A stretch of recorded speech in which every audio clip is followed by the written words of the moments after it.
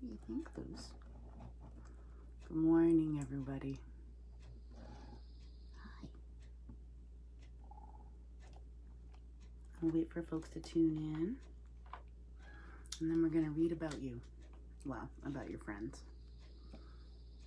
Remove that feather. There you go. Good morning, everybody. Thank you for tuning in this morning. We have Lucy, our Eastern Screech owl, with us. She's turning around. Good morning, Katie. And we're going to read. We're doing some reading with Raptors today. So the way that this is going to work is I'll go through and read the book. Miss Lucy is sitting on her perch. I'm inside because I have both hands on the book. So it wouldn't be safe to be outside. I don't know if I could figure that out. But we'll go through one of the books. We're hoping to do something like this in our new nature center and have a story hour reading time and reading with Raptors. It helps our connection to the characters in the book when you can actually see a live animal who's in the book. And it also, children's books are sort of an underestimated oasis of wonderfulness. So anyone can appreciate children's books and should appreciate children's books, including their illustrations and everything like that. And it's a great way to just relax and enjoy. So we'll start out reading Owl Babies. And as you guys tune in, we're going to finish reading the book, and then we'll talk a little bit about Miss Lucy, who would be the mom of these owl babies out in the wild. Right, Luce? She says, okay. So this is Owl Babies by Martin Waddle, Waddell, and it's illustrated by Patrick Benson. I'm gonna read, Luce. Good articles. Let's see. This is my first time doing this, so thank you for being patient. It says, once there were 3 baby owls, Sarah and Percy and Bill. They lived in a hole in the trunk of a tree with their owl mother. The hole had twigs and leaves and owl feathers in it, and it was their home. One night, they woke up, and their owl mother was gone. Where's Mommy? Asked Sarah. Oh my goodness, said Percy. I want my mommy, said Bill. It's a great view from inside a tree. The baby owls thought. All owls think a lot. I think she's gone hunting, said Sarah. To get us our food, said Percy. I want my mommy, said Bill. I think this is Bill. But their owl mother didn't come. The baby owls came out of their house and they sat on the tree and waited. You looked like that when you came here, Lucy. A big branch for Sarah, a small branch for Percy, and an old piece of ivy for Bill. She'll be back, said Sarah. Back soon, said Percy. I want my mommy, said Bill. It was dark in the woods and they had to be brave, for things moved all around them. She'll bring us mice and things that are nice, said Sarah. I suppose so, said Percy. I want my mommy, said Bill. Good morning, John. They sat and thought. All owls think a lot. I think we should all sit on my branch, said Sarah. And they did, all 3 together. Suppose she got lost, said Sarah. Or a fox got her, said Percy. I want my mommy, said Bill. And the baby owls closed their owl eyes and wished their owl mother would come. Lucy. And she came. Is that you, Luce? I think so. Soft and silent, she swooped through the trees to Sarah and Percy and Bill. Mommy, they cried, and they flapped and they danced and they bounced up and down on their branch. What's all the fuss? Their owl mother asked. You knew I'd come back. The baby owls thought. All owls think a lot. I knew it, said Sarah. And I knew it, said Percy. I love my mommy, said Bill. In the end. So again, kids' books, amazing. So we talked about, without even using the scientific terms or whatever else, You know, it mentioned that they were cavity nesters. It mentioned that they fly silently. It mentioned what they eat. It mentioned that, you know, there's 3 babies. There's the mom is getting food. All of these little things that are worked in. And it's really lovely because you're learning without knowing that you're learning. And anytime we can include reading in anything, it's always super, super helpful. Right, Miss Luce? I'm going to turn you around and see if we can get you on. You're so cranky this morning. That's okay. That's all right. Can I get you to hop right up for me? Oh, yes, you're going to bite me. Oh, clack, clack. Clack, clack. And a poop. Thank you so much. I'm just going to put this right down there on top of that. Oh, you're very stinky, Miss. Right? All right, let's get you up here so that we can now talk about you, and we can also ask or answer any questions. Let me scooch on up here because I was reading, so I couldn't say hi. Hi, Katie. Hi, John. Good morning. Yes, Katie. Lucy is a very good listener. She's a tough lady, so she tends to take a peek at us and kind of hone in and lock in. Let's see. Hi, Kesh. Hi, Michelle. Hi, Jean. Hi, Theo. Very good. Very good. Absolutely. Enjoying story time. Hi, Kim. Hi, Jean. So again, this is Lucy. She's our Eastern Screech Owl. Lucy came to us when she was a baby. Unfortunately, what happened, and we're running into that right now too, is, hi, Chuck from Rhode Island. How are you? We're running into folks cutting trees down right now. So it's kind of ironic. And, you know, we get these trees that don't have their leaves in the winter, and then we get these beautiful leaves on these trees, and then we start cutting them down. What we tell folks is that if they can wait until October to do tree work, that's really best for wildlife. Doris Lucy says hi to you too. Hi, Michelle from Rhode Island. Welcome. Let's see. Rich, oh, well, so someone just asked if we needed volunteers. We actually can't have volunteers on site right now due to the space. And we can't, I mean, you can see my mask is here, which is kind of a trying thing for us because it's baby season right now. And so we really would normally have 10 to 15 to 20 volunteers coming through to help with baby mammals and baby birds and all those things. Oh, Rich wants to help deliver furniture to us. Got it. Ooh, Mirka from Finland. I would like to go there. Rich, yes, that sounds wonderful. Thank you so much. You can email us. I think there's a thing on our Facebook page for the to help with moving the furniture. Thank you so much. We are excited to be moving into the new facility hopefully soon, both for the animals as well as for us. Let's see. Oh, hi, Penelope. And hi, Andrew from Toledo. Fantastic. I don't know what it is about Toledo, but I really like, it's just fun. It's a great, I don't know why. I just love it. Easily sidetracked. That's me. Lucy came to us as a baby. Looked like a Muppet. Absolutely beautiful and adorable. Unfortunately, what happened was the tree that her nest was in, the hollow in the tree, so that tree was dead, or a dead snag. So someone cut that tree down. There were 5 siblings, I think, and someone called Blue Hills Foundation or Trailside Museum to see what they should do.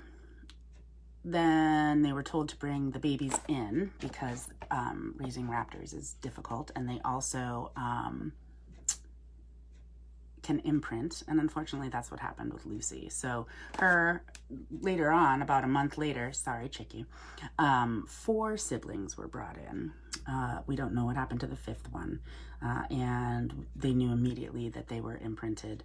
So Lucy came to us, actually July 4th. Will be your anniversary day where you arrived with us, huh? You're so good. So Lucy is imprinted, which basically means that she does not understand that she is an owl. She would have a difficult time working with other wild owls or finding a mate or anything like that.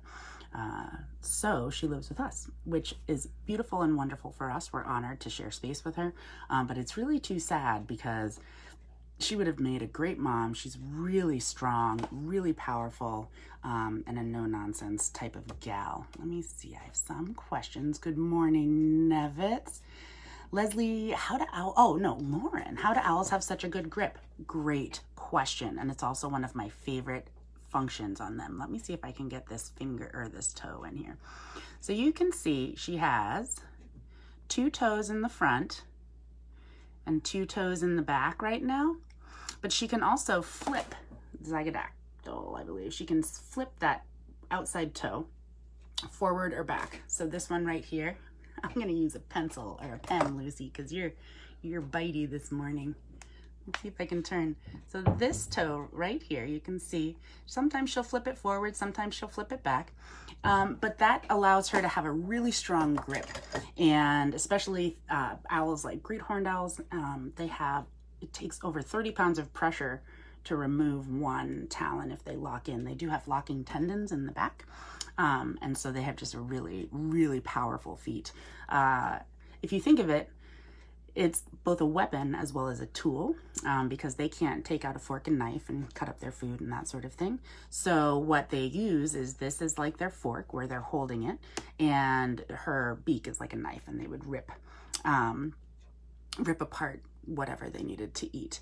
Lucy here, screech owls love to eat rodents as well as moths and insects and crickets. Doris says, is it possible to have a breeding program with Lucy?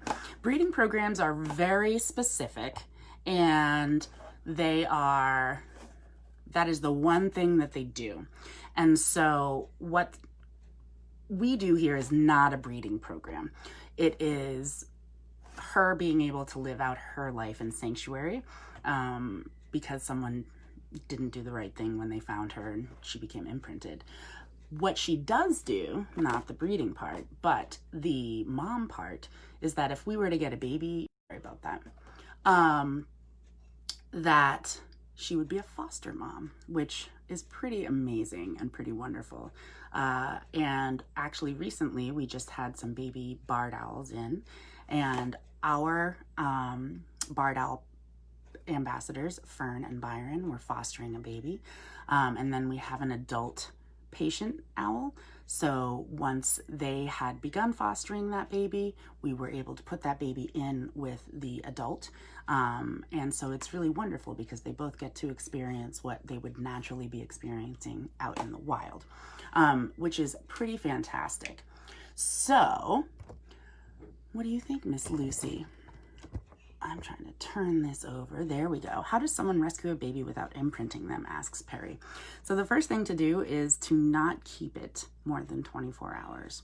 You're not going to imprint within 24 hours, although you do want to, if it's a baby bird, like a raptor or a corvid or anything like that, you want to, you can cover your face. You don't want to talk to them. You don't want to hold them. You don't want to snuggle them, nothing like that. And you just want to get them into a licensed rehabilitator as soon as possible. What are you doing, Lucy? What do you hear? What do you see? You're so good. Do you see you? Sometimes I think they're not sure about themselves in the screen. I know I'm not, right, Miss? You're so good. And so really just getting people in, or getting the animal the help that it needs as soon as possible, is really the best way to go. We get that baby owls are cute, and baby animals are cute, and all of those things. Oh, Robin, thank you so much for donating. We really appreciate that. That is really helpful. It helps keep you fed and happy and all those things, huh? Oh, goodness gracious. Can we turn? There we go. So again, we understand that sometimes when folks find these guys, it's their first interaction with a wild animal. You're just being sassy and spinning around. Okay. But it's really less about you and more about what's best for the animal, is what we try to tell folks. Chuck, the range of screech owls, we're pretty much their northernmost range, especially for breeding and that sort of thing. Further south, you find them all over the place. They do have a western screech owl, which is different. Jane Kelly, actually, if you guys tuned in to Good Morning, Jennifer, and Sadie and everybody, if you tuned into our Women in Wings with Jane Kelly, she had a Western screech owl. And we were shocked at the differences. It was amazing. So if you think of it, they have different trees and things like that they're going to be blending in with.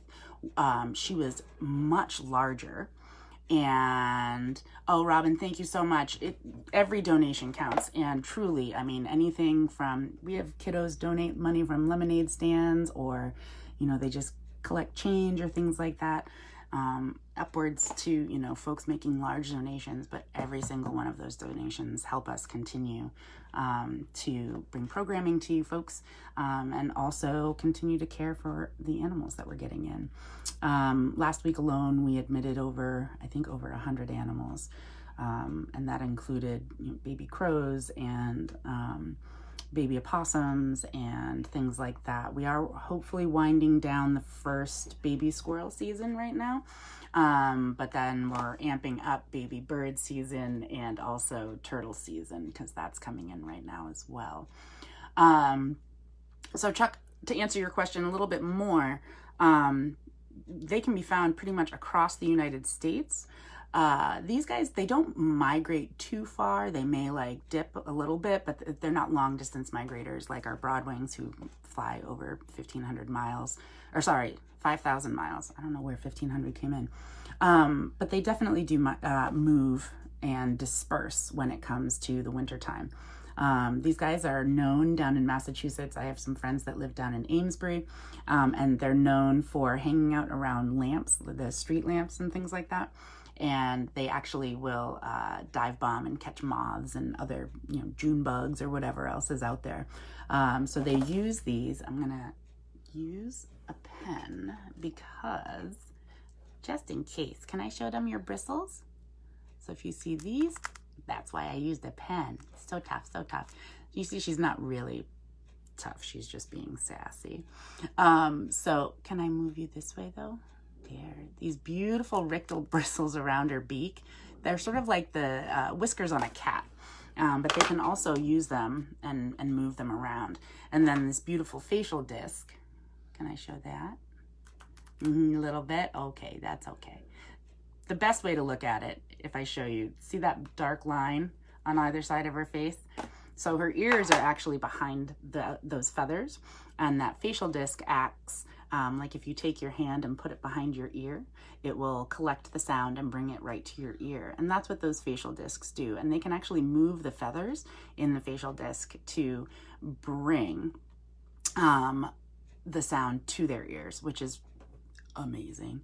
Their ears are also asymmetrical. So one is up high, one is down low, one is more forward, one is more back. And they can triangulate the sound. So these guys, while their vision is incredible, their hearing is equally as incredible, and they use both of those things to help them hunt. Are you ferocious? Oh, Michael, thank you so much for donating. We really appreciate that. It makes our day, huh, Miss Thing? And then the other thing I always like to note with her, everyone sees these beautiful ear tufts right here. I call them ear tufts, but I shouldn't. So these are actually, do you want a head scratch? She might want a head scratch. So again, as an imprinted bird, oh, that actually, okay. Oh, that's nice. You haven't let me do that in a while. So our owls are funny. They're very sociable, I guess, with each other. And they're constantly preening each other's heads and things like that. We see that more with our owls than we do with our hawks and our falcons. So what's interesting is that because she's imprinted, you know, we've been doing that for her since she was little. She can't reach those feathers back there with her own beak. So, I mean, she can itch them with her feet and things like that. But, so it's kind of neat when she lets us give her a little head scratch and lets us into her world. Was that okay? Okay, thank you. Peter, finding out that they have really long legs. It's so funny. It's like a trend on the internet right now. Owl legs. Who knew? So again, she looks, oh, you're welcome, Patricia. My pleasure. She looks like she doesn't have legs, right? Like little stumpy legs, but her legs are actually way up in here. Okay, I'm not going to touch with my finger. Can I? I'm just going to put this like so. So this leg comes back up here, and then it goes up. And I know, I was just going to show him your legs. No, you're going to bite that? Okay. And if I move her pantaloons, I mean, they go all the way up. You're so patient. Thank you for that. I appreciate that. So yeah, just absolutely amazing long legs. I mean, it makes sense that their legs are really powerful. It's how they perch. It's how they get around. You know, the baby owls, actually, when they're branchlings, if they fall from the nest, they can climb back up the tree and get back into the nest, or at least up onto a branch where mom and dad can come and be like, look what you did, you know, type of thing. I was talking about her ear tufts or feather tufts up here when she let me, I got sidetracked because you let me give you a head scratch. They're actually called plumicorns, which is a great word. I love it.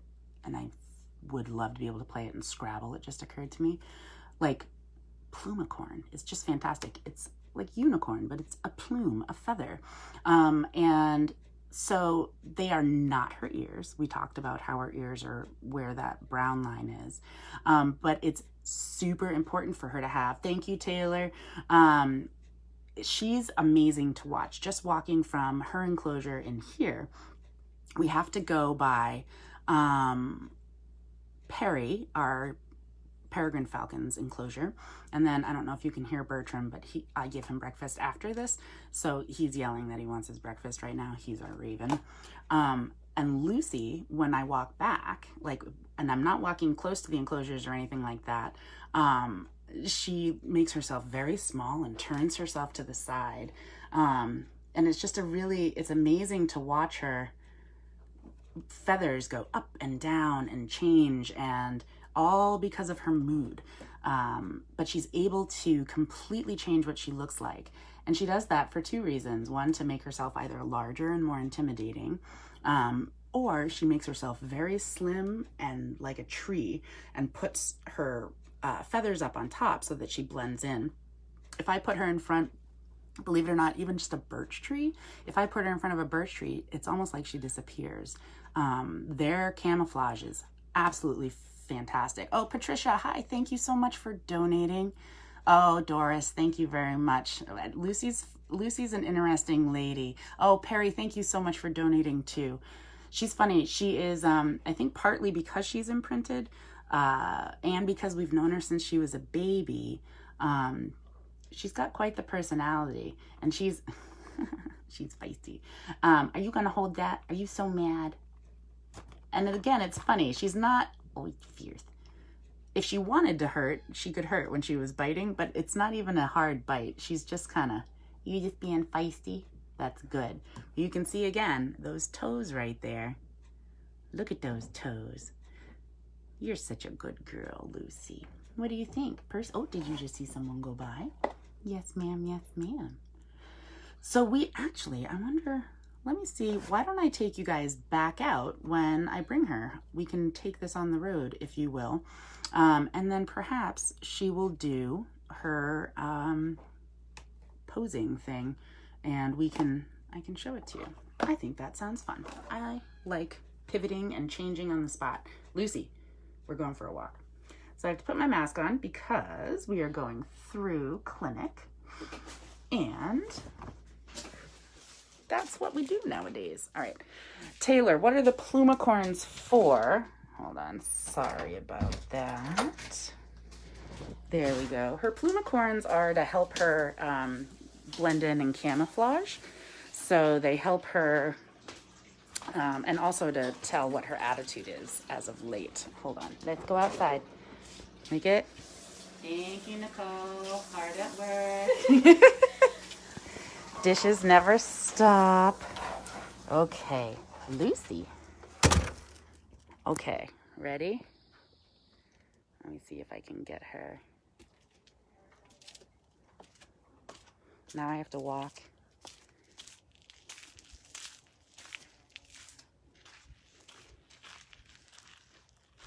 Hello, Andrew. Oh, there she goes. See how she's all slim?